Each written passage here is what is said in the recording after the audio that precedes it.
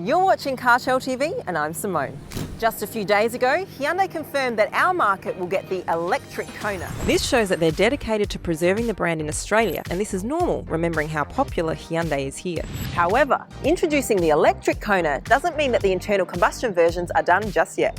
The 1.6 litre turbo that I have here is a great example of that. It's in the active trim level, which is the entry one, but it packs the more powerful engine, which is also accompanied by all-wheel drive and independent rear suspension. On the design front, the Kona is very modern, and despite this one being the entry-level car, it packs LED daytime running lights, dust-sensing headlights, and 16-inch alloy wheels. We've already reviewed the Kona Highlander, which is the top trim level, and it looks more upmarket, but the active still looks great.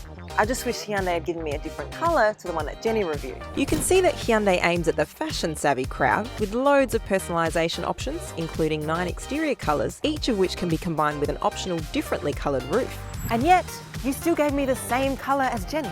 The narrow headlights are a really nice touch, and the grille is a design success in terms of placement, shape and size. The side creases and cladding make the Kona look modern and really draw attention. In all honesty, the offer for small modern SUVs is packed with competition, but the Kona still holds its own even in the entry trim level. Now, I know that Jenny said that she'd prefer the Toyota CHR when it comes to looks in this category, but I picked the Kona hands down. The engine in this one is the more powerful 1.6 litre turbo with 130 kilowatts and 265 newton meters of torque, paired with a 7-speed dual-clutch auto. It has the combined fuel consumption of 6.7 litres. The second option is the 2-litre naturally aspirated engine with 110 kilowatts and 180 newton meters of torque, and it comes with a torque converter automatic. Any combination of engines and trim levels is available. That's why I have the entry-level trim here with the better engine. When you press the pedal, both engines are a bit harsh. We've had both cars to try out and they do raise the noise levels. Some people may like this. Of course, the turbo we have here is a lot smoother. It pushes the car with ease and it gives far more confidence. I took the 2-litre for a spin when we had it, and I have to say that this one is noticeably better. Steering feedback is also good, especially having in mind that this is a small city car.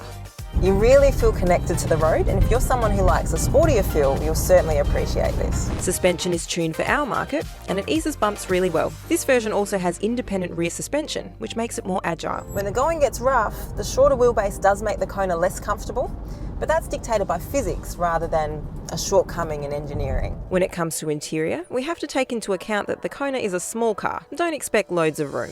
However, the space that they had, they used really well. Despite being the smallest SUV from Hyundai and shorter than most of its competitors, the Kona is a bit wider and the space in the rear is rather good for this class, but tall people might struggle.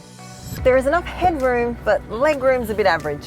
You'll find cup and bottle holders in the front and rear, compartment for sunglasses, coat hooks, cargo shelf, centre console storage space. This 7-inch touchscreen comes with Apple CarPlay and Android Auto, Bluetooth connectivity and audio system with 6 speakers. Entry-level trim, once again. I have to say that the plastic surfaces look and feel a little bit cheap, even on the top trim level, which was otherwise bathed in cool comfort and design features. Boot space with the rear seats up is at 361 litres. Now if you fold the seats, you get 1,143 litres. The boot is also rather practical to use, reasonably wide and with hooks. Basically, being the lowest trim, you do miss out on some creature comforts like push-button start, heated seats and wireless charging. Yeah, the push-button start is a biggie for me. I hate having to use a key. But other than that, the interior is great, even in the entry-level trim. The Active comes with ABS, brake assist, EBD, downhill brake control, hill start assist, traction control, vehicle stability management, rear view camera with dynamic guidance lines, rollover sensor and more. The trim level above this one is actually called Active with Safety Pack, and it adds perks such as blind spot collision warning, driver attention warning, forward collision avoidance assist, lane keeping assist, rear cross traffic alert and similar. The Highlander that we reviewed earlier is noticeably more upmarket.